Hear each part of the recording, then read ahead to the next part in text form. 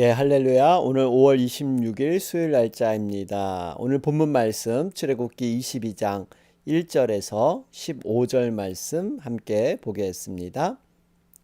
사람이 소나 양을 도둑질하여 잡거나 팔면 그는 소 한 마리에 소 5마리로 갚고 양 한 마리에 양 4마리로 갚을지니라. 도둑이 뚫고 들어오는 것을 보고 그를 쳐 죽이면 피 흘린 죄가 없으나 해 돋은 후에는 피 흘린 죄가 있으리라. 도둑은 반드시 배상할 것이나 배상할 것이 없으면 그 몸을 팔아 그 도둑질한 것을 배상할 것이요. 도둑질한 것이 살아 그의 손에 있으면 소나 낙이나 양을 막론하고 갑절을 배상할지니라. 사람이 밭에서나 포도원에서 짐승을 먹이다가 자기의 짐승을 놓아 남의 밭에서 먹게 하면 자기 밭에 가장 좋은 것과 자기 포도원에 가장 좋은 것으로 배상할지니라. 불이 나서 가시나무에 댕겨 낯가리거나 거두지 못한 곡식이나 밭을 태우면 불 놓은 자가 반드시 배상할지니라. 사람이 돈이나 물품을 이웃에게 맡겨 지키게 하였다가 그 이웃 집에서 도둑을 맞았는데 그 도둑이 잡히면 갑절을 배상할 것이요. 도둑이 잡히지 아니하면 그 집주인이 재판장 앞에 가서 자기가 그 이웃의 물품에 손댄 여부의 조사를 받을 것이며 어떤 잃은 물건 즉 소나 낙이나 양이나 의복이나 또는 다른 잃은 물건에 대하여 어떤 사람이 이르기를 이것이 그것이라 하면 양편이 재판장 앞에 나아갈 것이요. 재판장이 죄 있다고 하는 자가 그 상대편에게 갑절을 배상할지니라.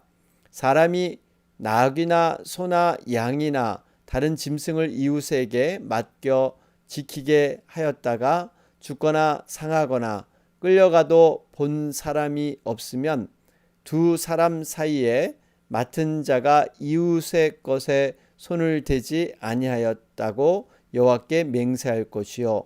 그 임자는 그대로 믿을 것이며 그 사람은 배상하지 아니하려니와 만일 자기에게서 도둑 맞았으면 그 임자에게 배상할 것이며 만일 찢겼으면 그것을 가져다가 증언할 것이요. 그 찢긴 것에 대하여 배상하지 아니할지니라. 만일 이웃에게 빌려온 것이 그 임자가 함께 있지 아니할 때에 상하거나 죽으면 반드시 배상하려니와 그 임자가 그것과 함께 있었으면 배상하지 아니할지니라. 만일 새낸 것이면 새로 족하니라. 아멘. 우리 계속해서 배상법 또 살인에 대한 여러 가지 규례를 살펴보는 가운데 있습니다. 하나님께서는 정말 십계명 밑에다가 세부적인 사람과의 관계에서 빚어지는 여러 가지 죄와 실수에 대해서 구체적으로 어떻게 처리해야 할 것인가를 말씀해 주셨습니다. 어제 말씀이었죠. 여러분 분명하게 하나님의 법은 공의를 기본으로 하고 있지만 어떠한 상황, 어떠한 형편 이러한 것들을 구분해서 합리적인 그러한 처분을 내리고 있습니다. 특별히 우연한 사고인가 아니면 습관적이고 반복적이고 고의적인 것인가 이러한 것을 가려내서 배상하는 법이 달랐습니다. 우리가 또한 이 남종이나 여종 분명한 것은 여인에 대해서도 하나님께서는 공평한 그러한 마음으로 모든 일을 처리하는 것. 여러분 이것은 그 당시 고대 사회에서는 보기 드문 그러한 법률이었습니다. 사실 여러분 이러한 법률적인 배경들이 모든 민주적인 나라의 헌법에 기초하고 있다는 사실입니다.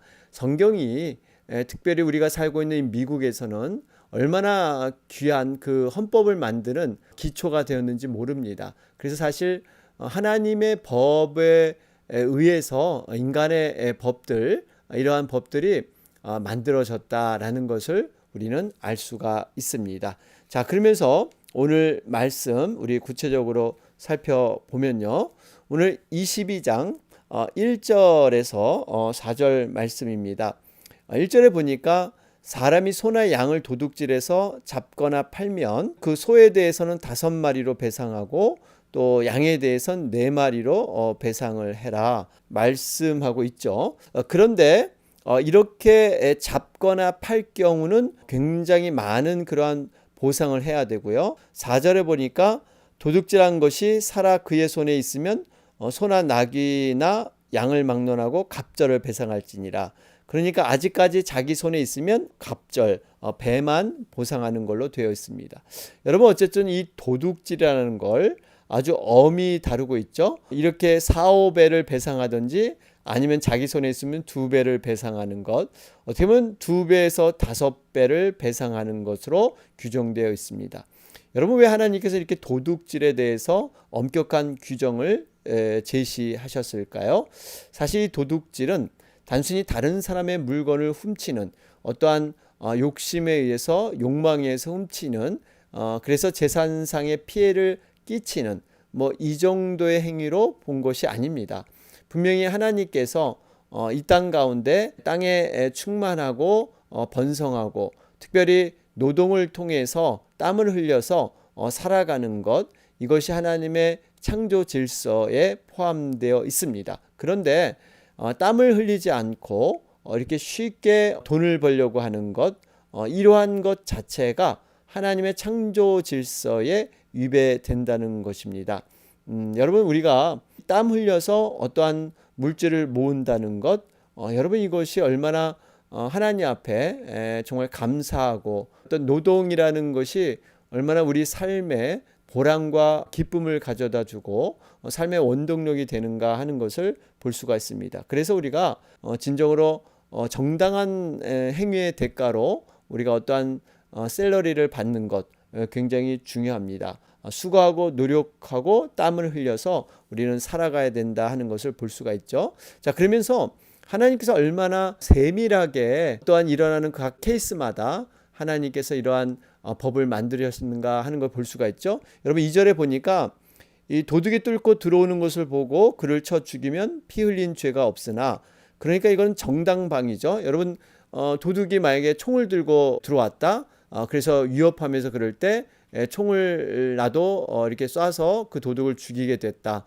여러분 요즘 법에서도 이걸 정당방위로 인정이 됩니다. 그런데 문제는 3절입니다. 해 돋은 후에는 피 흘린 죄가 있으리라.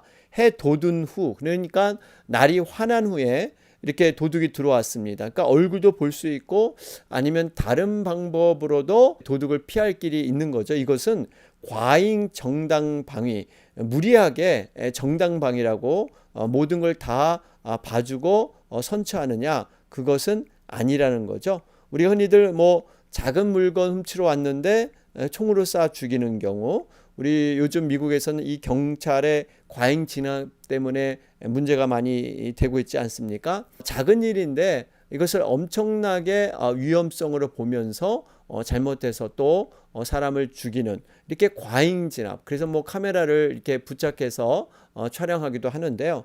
어쨌든 이게 하나님께서 얼마나 섬세하시게 법을 만드셨는가, 모든 것을 일괄적으로 만든 것이 아니라 각 케이스마다 다른 그러한 법을 적용하고 있다 하는 걸 볼 때 하나님은 우리의 형편과 상황을 세밀하게 살피시면서 법을 만들어 주셨다 하는 것을 볼 수가 있습니다. 그러면서 3절에 보니까 도둑에 대한 얼마나 참 심각성을 하나님은 아셨는지, 만약에 배상할 것이 없으면요, 그냥 배상할 것이 없다고 끝나는 게 아니라 몸을 팔아 그 도둑질한 것을 배상할 것이요. 여러분 그만큼 이 도둑질에 대해서 하나님께서 엄단을 하고 계시다는 거예요. 여러분 몸을 팔아서 그것을 배상할 정도로 하나님은 도둑에 대해서 분명한 하나님의 법을 만들고 계십니다. 자, 그러면서 5절 말씀을 보면 사람이 이렇게 짐승을 놓아서 이렇게 먹이다 보면요, 어떤 경계선, 남의 밭에 들어가서 자기의 짐승이 이렇게 먹게 하는 경우, 이런 경우가 발생할 수가 있습니다. 그리고 6절에 보니까 밭을 일구기 위해서 불을 이렇게 놓게 되죠. 밭에 여러 가지 곤충, 해악된 이런 것들을 다 태워버리고 이제 봄에 씨를 뿌리기 전에 한번 이렇게 불을 일부러 놓게 되죠. 그런데 이 불을 놓게 되면서 다른 곳에 피해를 주는 것. 여러분, 이 지금 두 가지는 고의적으로 이렇게 일부러 하는 것은 아닙니다. 어떠한 실수고 우연히 일어날 수 있는 일인데, 그럼에도 불구하고 분명하게 배상을 해야 된다, 이렇게 말씀하고 있습니다. 여러분, 이러한 실수 잘못을 그냥 덮어주는 것, 용서하는 것보다는 정말 남의 이러한 피해를 스스로 책임져려고 하는 모습, 이렇게 떳떳하게 자신의 실수를 인정하고 이것을 배상하는 것. 여러분, 이것은 결국 공동체에 유익을 주고 서로 간의 신뢰를 형성케 하는 그러한 귀한 일인 것을 우리는 알 수가 있습니다. 자, 그러면서 7절과 8절 말씀을 보시면 어떤 사람이 이렇게 돈이나 물품을 이웃에게 맡겼습니다. 그런데 여러분, 이 맡겼다는 것은 굉장히 신뢰해서 믿어서 맡긴 거죠. 그런데 문제는 그 집에 도둑이 들어왔습니다. 그런데 도둑이 잡히면 갑절을 배상할 것이요. 이것은 이제 뭐 잡히니까 증거가 나타나니까 그 도둑이 배상을 하게 되는데, 8절에 보니까 도둑이 잡히지 아니하면 바로 이 부분입니다. 만약에 여러분 도둑을 잡을 수 없는 상황도 있죠. 그럴 때 바로 물건을 맡았던 사람이 재판장 앞에서 이렇게 성실하게 조사를 받게 됩니다. 여러분, 이것은 신뢰의 문제를 회복하기 위한 것이죠. 사실 물건을 맡은 사람도 굉장히 황당하고 억울해할 수 있습니다. 좋은 일을 하려다가 도둑 때문에 이런 어려움을 당하는데, 그런 그 어려움을 알고 이 8절에 보니까 자신이 이 물건에 손을 안 댔다는 어떠한 증거, 그런 확신이 있게 되면 용서할 주는 뭐 이러한 관용, 또 이러한 선처, 여러 가지 것을 우리가 볼 수가 있죠. 그러면서 9절 말씀을 보면 어떤 이런 물건, 즉 소나 낙이나 양이나 의복이나 또는 다른 이런 물건에 대하여 어떤 사람이 이르기를 이것이 그것이라 하면 양편이 재판장 앞에 나아갈 것이요, 재판장이 죄 있다고 하는 자가 그 상대편에게 갑절을 배상할지니라. 여러분, 이런 경우가 있죠. 어떤 사람이 물건을 맡겼습니다.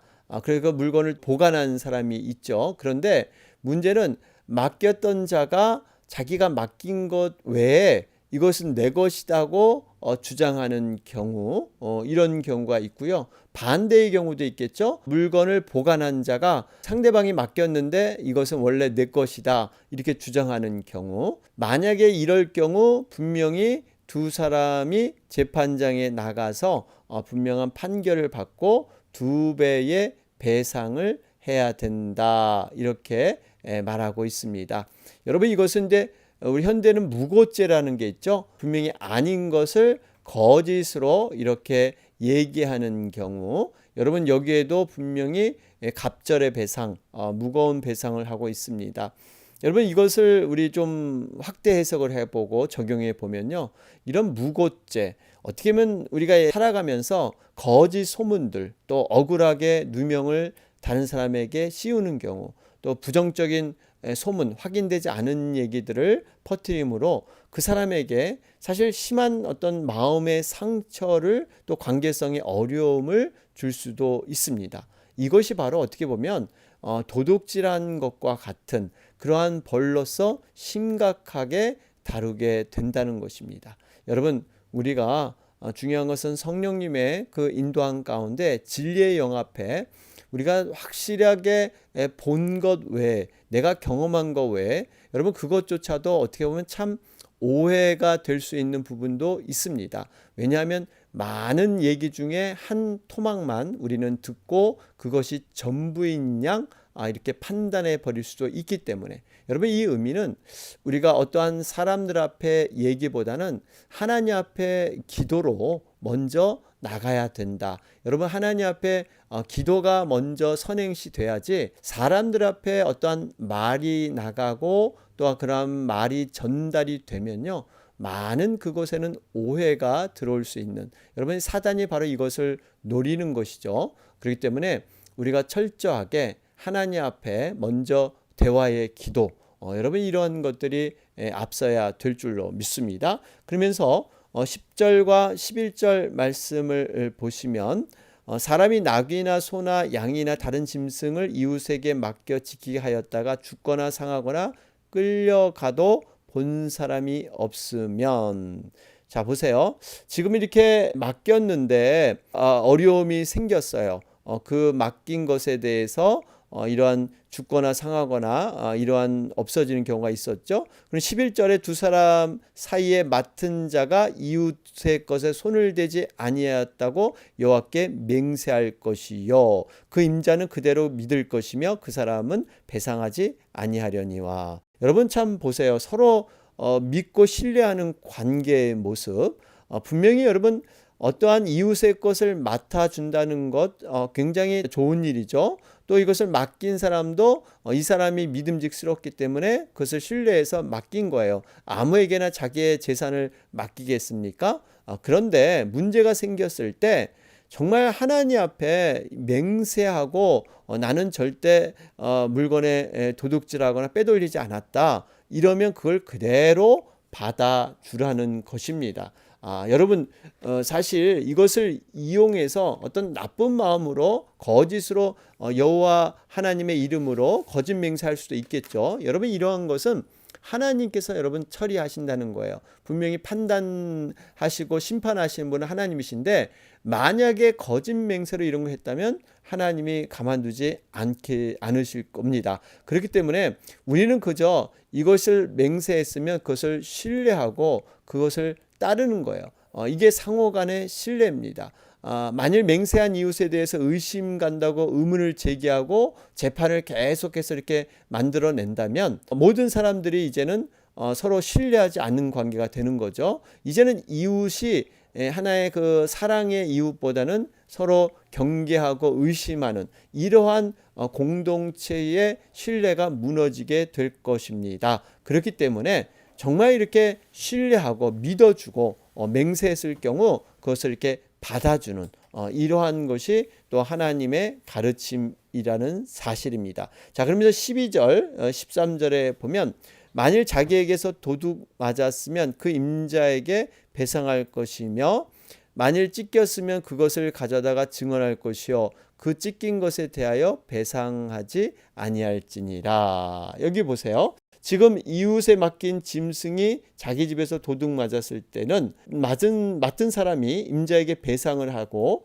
그런데 만일 자기가 예기치 못한 예를 들면 무서운 사자나 곰 같은 맹수가 와서 자신에게 맡긴 짐승을 갖다가 이렇게 찢어서 죽게 했으면 여러분 그 책임이 없다 이렇게 말씀하고 있습니다.